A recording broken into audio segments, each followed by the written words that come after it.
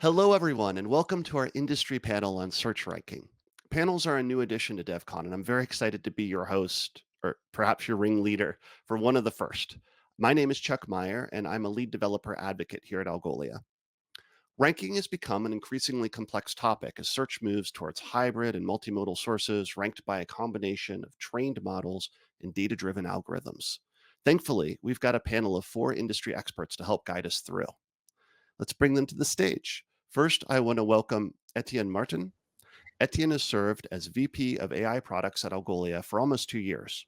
After coming up as a software engineer, product manager, and founder, he served in executive and advisory roles helping companies improve their product strategies. He also serves as a mentor to startups, preparing the product leaders of the future. Next, we have Daniel Tunkelang.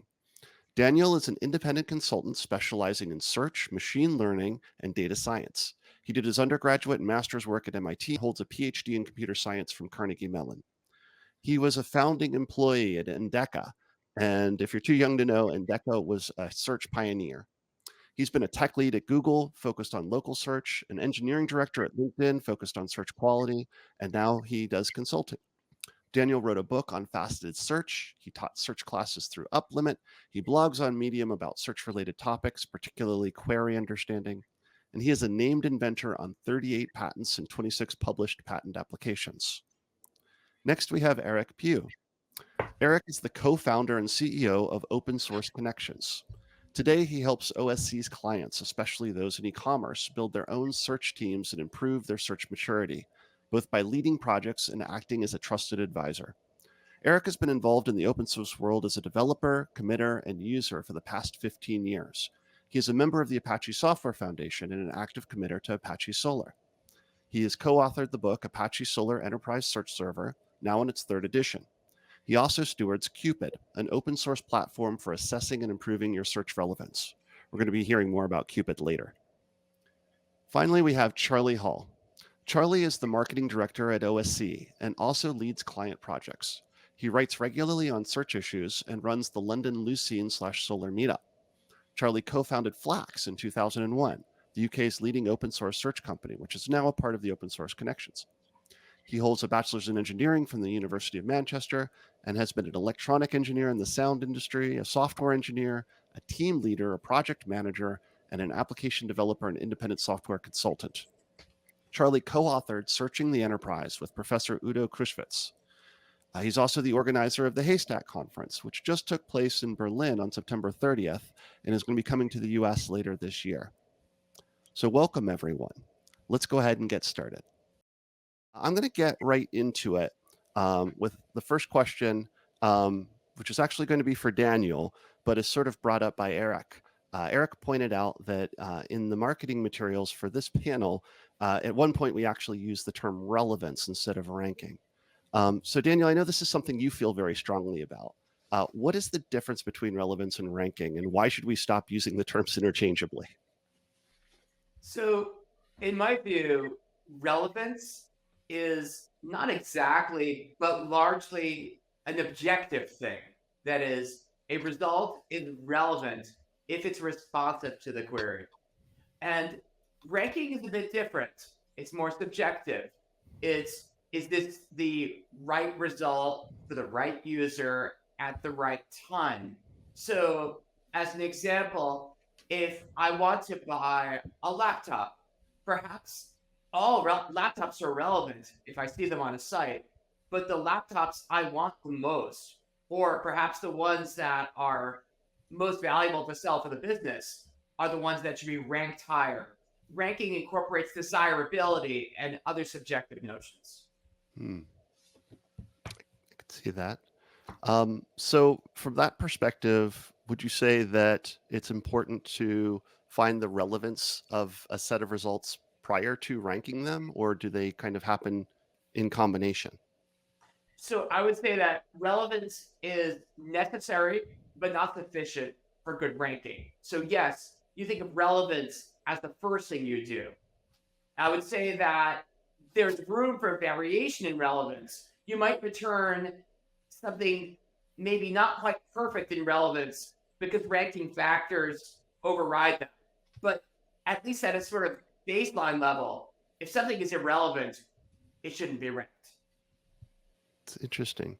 Does that change at all when you start thinking about bringing in sort of a machine learning model or something that is maybe making inferences as a component of actually kind of choosing which records are going to be kind of part of that corpus at the beginning? So even when we talk about ranking, we generally talk about multiple stages or multiple phases. And retrieval is generally the first of these stages. I would say that the number one job of retrieval is to ensure relevance. Mhm. Yeah, we want to make sure we cast the right net to capture what we need and then let the ranking figure out exactly what floats to the top. But we need to have a set of documents that are reasonable, that are relevant. Otherwise, the ranking algorithm is going to, do untoward things that you didn't expect. I think the relevancy also impacts the ranking because you have a spectrum of what is relevant depending on the user journey. Like if someone has a really strong intent, you want to be like very precise in your relevancy. But if someone is in more like in discovery mode, you want to be a bit loose and you have items that are more relevant than others. So very quickly you enter into the realm of ranking. Well, it feels like there's a bit of a balancing act there too, right? Like you don't want to have the entire corpus of records from your index to be the thing that you're ranking, but it sounds like there's also a situation where you don't want the relevance piece of it to file too much off of it, perhaps. Like you've got to find kind of that nice balancing act. Maybe something could be relevant, but it's not until you apply ranking criteria that you can really determine whether or not it's relevant in this use case. Would that be a valid thing to say? Yeah, I think the thing about relevance is it's very subjective as well. And the other factor we have is we've got to balance between two things. Particularly in e-commerce, you have the interests of the user, the person searching for the thing, and then you have the interests of the business. And these two are in slight opposition. But then again, if the business just shows all the things that make them the most money, then the user might be unhappy. The user is looking for a particular thing. They might be looking for a cheap thing. And they have particular ideas of what's particularly relevant to their situation. And some of those ideas are things they may not have expressed in the query. So there's several balancing acts in play here. I think, and that's an interesting piece of it too, right? Is sort of thinking about that, well, two pieces of it. One, sort of, as we talk more about the ranking side of it, sort of that thumb on the scale about, what do I want to do as the person who is in the position of serving up these results? Like, what is my intent versus the intent of the user at the end of it? But also, it sounds like there's kind of an opportunity there, potentially for bringing in other records that maybe wouldn't be considered relevant, but could actually be important to this user, based on sort of a larger context. Does that make any sense at all? Like I'm thinking in terms of like if you brought in, say, maybe a user was searching for laptops, but they were unaware that there was a sale on say an item that they would need with it, like keyboards or something like that. Yeah, I think that's where you can't get too blinded by just the relevance definition, right? There's a great slide out there of a study where someone searched for bicycle. Do you want to see all bicycles? Probably not. You actually get higher click through if you show some great bicycles, but also apparel, safety gear, bike lights, other things. So someone's like, oh yeah, that's actually what I really want, right? And so relevancy is all about thinking about, do I have do I have bicycles, but also other relevant related products, to your point about related, right? And then when you think about ranking, maybe you're thinking about what is the product mix I'm showing, right? I want to show some bicycles, but I'd like to show one of these other categories as well, just to see if that was what they wanted. So. Now, ultimately, there's a notion of an information need or a product need. So let's say that I look for an umbrella. You could sell me raincoats, perhaps, because what I really want is something to keep me dry. And maybe if I'm in a mindset where I'm thinking about umbrellas and raincoats, you could even sell me, I don't know, hurricane insurance on my house.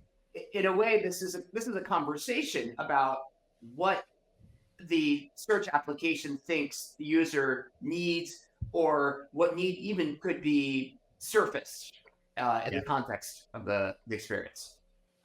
And one lens you could think about what Daniel was saying is if someone puts a query in that's kind of broad, like umbrella or bicycle, maybe your definition of what's relevant should be broader. But if you put in a query that is very specific, 28-inch Schwinn mountain bike, there's a pretty specific product that they're looking for. They're probably not looking for bike pants. They're not looking for other things. They're looking for something specific. And so in that case, you may want a much tighter, narrower definition of what is relevant for that query. That makes sense. And I want to kind of steer a little bit now that we've kind of defined sort of this difference between relevance and ranking. I think we've gotten some good kind of feedback on casting that relevance net, and I want to drill a little bit further into ranking. And Etienne, I'm going to actually push this one to you, right? Because at its heart, ranking is really about putting the best things on top. But of course, best is a very arbitrary word, right? And Etienne, I know many of Algolia's customers have an e-commerce focus. How does this, determination of best come into play? And I think we touched on it a little bit, right? Because there's a lot of different pieces in it. But how do you look at sort of ranking and sort of putting things as best within the context of e-commerce?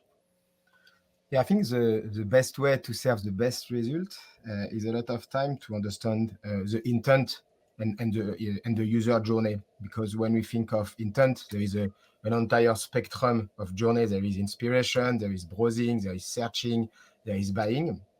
And this, I think, behind the scenes are a lot of different type of intent, and therefore different type of ranking mechanisms you will want to apply. So and ultimately, a search journey is a multi-touch point journey. So often when we speak about search, we talk about the search bar, but the journey doesn't even start on your computer. And the example, I used to work in fashion, as you can tell.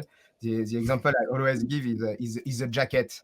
The journey starts generally me in my wardrobe. I look for my jacket and I'm like, this one is a bit old and I need a new jacket. And that's where the journey starts. And retailer, especially marketer, are really good on that part, are anticipating the intent and what I should put in my inventory and stuff like that. But then I go on Google, I, for example, start searching for a trendy jacket. So hopefully, if my business has landing pages for trendy jacket, I will have a landing page, and I will know already that person is looking for a jacket that is trendy. So maybe my ranking will be on phases a bit more popularity signal and things like that. And at that stage, the customer is really browsing, trying to get inspiration through a large choice of items. So you need to make sure you return a good choice so they can find something that tick the jacket that they fall in love with. But then they start interacting with multiple jackets, and maybe they decide that they want a short jacket. They don't want a long jacket or whatever you call that. And then the semantic part kick in. Is like, okay, I need to understand what's behind a short jacket, a bomber jacket, a leather jacket, all these things, maybe like more relevant. So the proximity to the semantic intent become quite important for the ranking. And then they interact even more. They start clicking a lot, for example, on leather jacket. So you start learning about the preferences of the user, and now you have the personalization that kick in. How close it is from the affinity of that customer. And you can see that depending on the user journey, how much you learn about the user, what's best, the definition of what's best change over time. And the complexity, in my opinion, is really here. First, understanding the user is key, and then mixing all this signal to figure out what matters depending on the user is really, really important and complex to handle. I like this idea of bringing in I'm sorry, Charlie. I like this idea of bringing in the user signals. I didn't mean to cut you off there, Charlie, though. Go ahead. I think that this concept of a search journey is absolutely key. And one of the things in that the journey often starts with a very unfocused query. Trendy jacket is quite a vague thing. What does trendy mean? What type of jacket do we mean? We don't know yet. And the way, what we'd like is the user to give us a huge complex query that really signals their actual intent. But they don't know how to express that. One of the things about search is the user doesn't really know what's in your index. They don't really know how you've described things. So they're exploring quite a lot of the time. They're trying trendy jacket, and they're going to see what you show them in response to that query. And then they're going to make some choices. And by making those choices, they effectively add more richness to the query. So during this search journey, you're effectively building up a much deeper and a more rich picture of their actual intent. And hopefully at the end of the search journey, you've fully qualified what their intent is, and then you can show them the things they're actually then going to click on and hopefully buy. So that journey, and search itself is a conversation. It's a conversation between your user and your content. And you're there to facilitate that conversation by giving them options, giving them prompts, giving them help to help them refine that query to a point where it really does match something exactly within your content that they can then take action. And one of the things that's challenging about this being a journey is that we see ranking often as an optimization problem, but we have to think about what we're optimizing. For example, a query came in. Are we optimizing the probability that the searcher clicks on something immediately, buys something immediately, or clicks and purchases something eventually in that session, possibly even changing the query? And since we want to optimize for that entire journey, that does complicate things a fair amount. We have to make the experience effective at every step, but we ultimately care about where the journey ends up. And I think it's interesting to think about, we're talking a lot about sort of this individual user and what they have done within this journey. But we also have aggregate data, right, across kind of the corpus of users and the folks that have kind of been here before. And that can also be applied in particular context to sort of help sort of bubble things up or say, well, I don't know a lot about you yet, but I do know that other folks like you that have asked for this thing have perhaps looked at these other things as well, right? And so, I wonder how those two kind of fold in. I would assume that always, the more you know about that individual, that probably overrides things that you learn across the general group, or do you have to balance those two? I think it's a mix, Chuck, and the difficulty is to not get cornered in one way of thinking or another, because you can start with some popularity item because something is trendy at the moment, but tomorrow it may be that the weather is changing and that leather jacket is not trendy anymore, and you want to start selling something else. So the risk is because it's always past information, so to focus too much on past information may not be always the right thing to do, especially when you have seasonality. And customers change their mind a lot. So I was giving earlier the example of the leather jacket. I click on a lot of leather jackets, and suddenly the website show me leather jacket, and then I realize I'm not 20-year-old anymore. I need to stop dressing like a rock star, and I change my mind. But the ranking doesn't know that yet. So it's important to always counterbalance with news signal and continually adapt all these things together. Suddenly someone wears a crochet top on an award show and everything changes, right? That makes sense. I think that's a quite important point. I mean, search is not a static problem because content changes, the world changes. Who would have known a few years ago that suddenly lots of people will be searching for PPE, for example? We had exactly the situation with one of our customers. The world changed overnight. And so you're constantly dealing with something where your content set is different from day to day. Your inventory is different from day to day. The sort of language people are using in queries is different every day.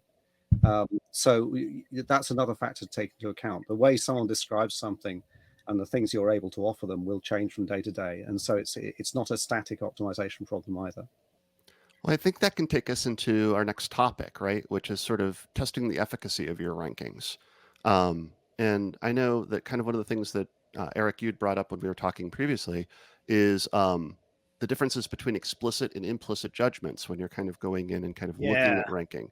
Do you want to dive into that a little Sure, bit? I'd love to. I'd love to. So, yeah, I made a note to myself when Daniel was introducing sort of the difference between relevance and ranking, right? So, as you mentioned, I steward an open source project called Cupid, and it's a tool for gathering feedback about your search quality. So it's Cupid, sort of a play on give your queries some love, not Cupid, like my wife likes to call it. And what Cupid is primarily built around is what we like to call explicit judgments.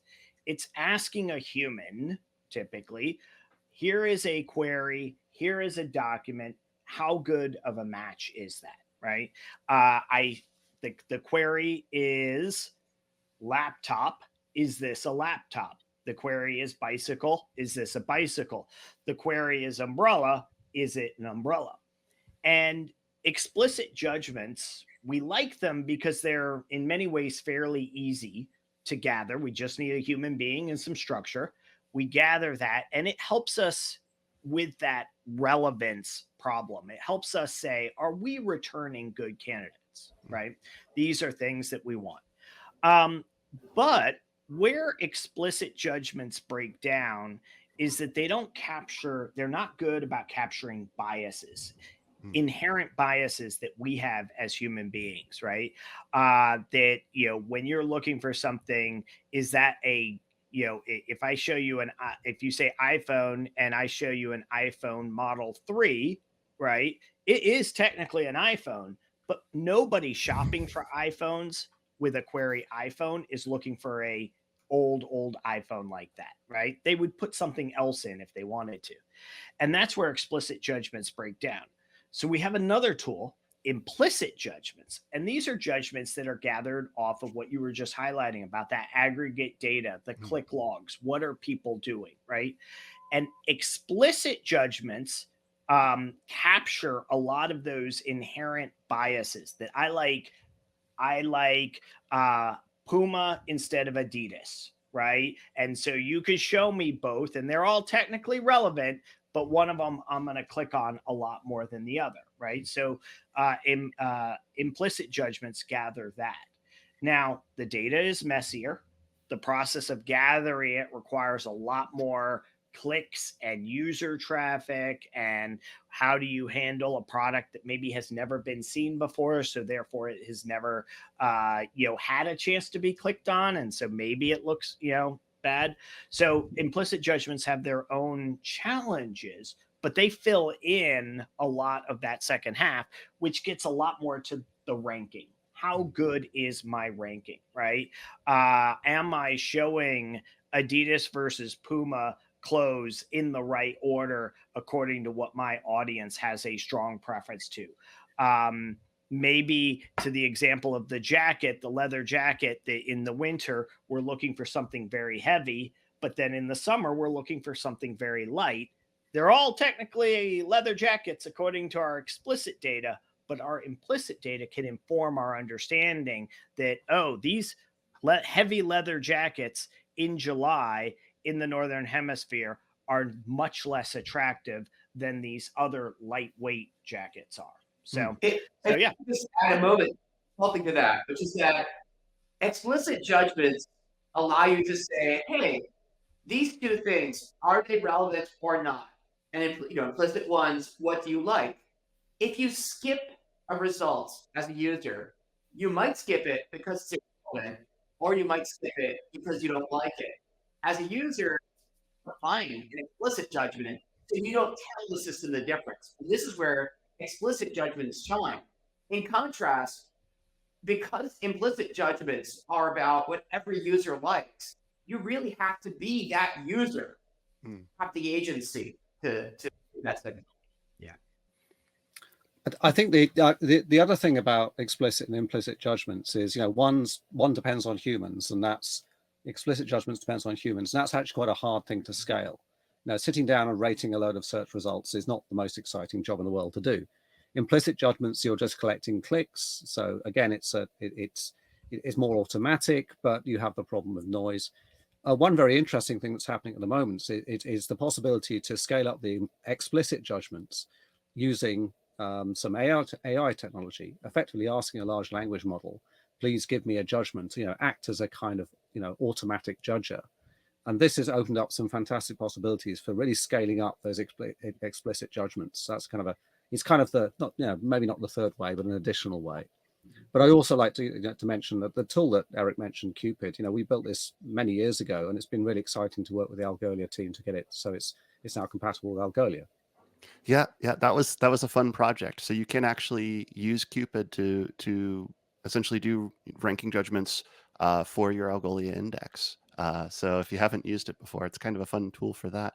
And Charlie, I like this idea too of bringing in sort of machine learning, right? Kind of to cross the boundary between the two.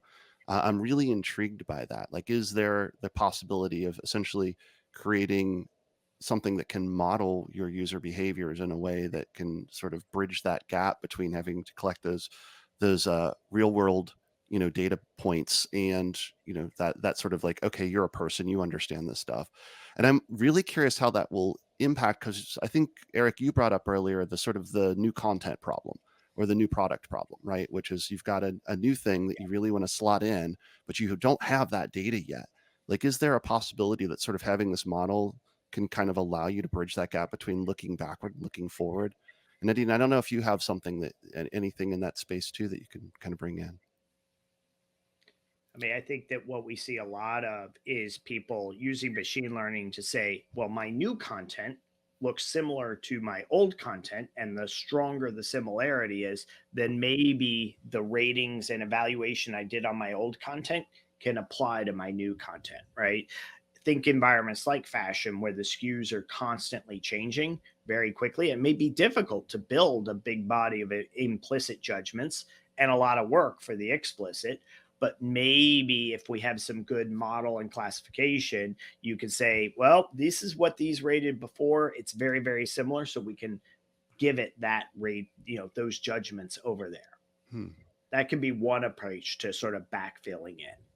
Yeah, I think there is a lot of recommendation models that can be used for that when you don't have any click data about a certain item. But I mean, sometimes also you need to have some manual intervention to make sure that you push new product at the top of your feed, so that you start collecting data and you give them a chance to become popular. Yeah.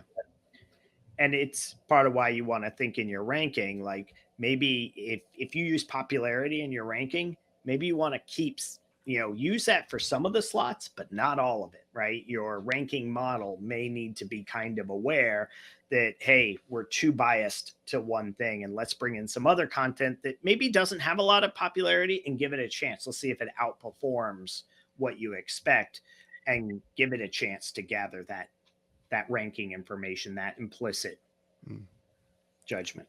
That makes sense. All right, we don't have a lot of time left, but I want to get to one sort of last point. So we've talked about ranking versus relevance. We've talking about some sort of ranking strategies, particularly in e-commerce, and then sort of being able to judge those. The last piece of it is, how do you tell the person who's doing all of this, what you've done and why you've done it that way? Explainability. And Charlie, I'm going to put you in the spot for this one. So we've kind of been talking about it along the way, but as we sort of start bringing in all of these sort of AI models and sort of all of these different things that layer on top of each other. I mean, it used to be very easy to say, like, we found this string in this attribute, and therefore we gave it this score. How does that change as we sort of evolve and mature ranking within search engines? Well, I think it comes back to that, that language match problem, which is at the core of most of the challenges we have with search. The thing that you type in is not what we have in our content. And users generally, when they get they end up in a situation such as, I get no results for this query. They don't blame themselves. They blame your system. There's something broken about this. Obviously, they don't sell leather jackets because I've typed in something else. It hasn't found the leather jackets. So I'm going to go somewhere else. And that's the worst situation for a retailer to be in. You don't want someone going to a competitor or leaving your site. There's loyalty there. There's, all kind of issues about, basically losing a customer. So we want to do our very best to serve the user something that they, that matches what they typed in. But if we start doing something a little too heavy, if we start really modifying their query or assuming we know what they're talking about when we got it wrong, then that's also a really bad signal. Now, why is this computer doing this? We all struggle sometimes with unexplainable behavior from a computer system. And again, that's a really bad thing for a customer. Why is it doing this? I don't understand it. Now, with keyword matching, as you said, it's quite simple. If I typed in jacket and the product description has jacket, I'm showing a picture of a jacket. That makes sense. I sense that your system's doing something useful. However, if I've got a AI system which is suggesting things that it thinks are a bit like a jacket and they really don't match my expectations, then again, I'm going to think, what is this crazy stuff? Why is the magic robot giving me this crazy result? And this is an increasing challenge. I mean, the promise of semantic search as powered by AI techniques is instead of, it kind of will deal with this problem of mismatch by expanding the set of possible results, expanding the set of relevant results into things that aren't exact matches to what I typed in. And it depends how far you go. And most of the technologies we have today, they'll show you the closest matches in a vague semantic sense, but they'll also, some of those matches may be quite far away from what are originally intended. So explaining why we've done this, for example, one pattern we've seen is when I do a search and I get 0 results from my keyword match, then maybe a second pass system will go, right, I've got 0 results. What do I do now? I'm now going to either broaden the query, or I might use an AI powered search or something that brings in semantically similar results to my original query. But tell the user you're doing that. Say, I'm very sorry, we had no results for your query. We've supplied some we think are similar. Please click on the ones that match, or try this, try that. But it takes the user on a journey where you're explaining each step, and I think that's a much better way to maintain that customer loyalty and that explainability, just to give the user some confidence that the system isn't taking them off in some crazy direction. That makes sense. And I think it's a very British site if you say, I'm very sorry, but we're forever apologizing. Yeah, exactly. I mean, so I think one thing here is if you're working in technology, you tend to forget that a lot of people use computer systems, not because they particularly want to, it's because they have to. They can't walk into the shop anymore and talk to a lovely shop assistant because that little shop closed down.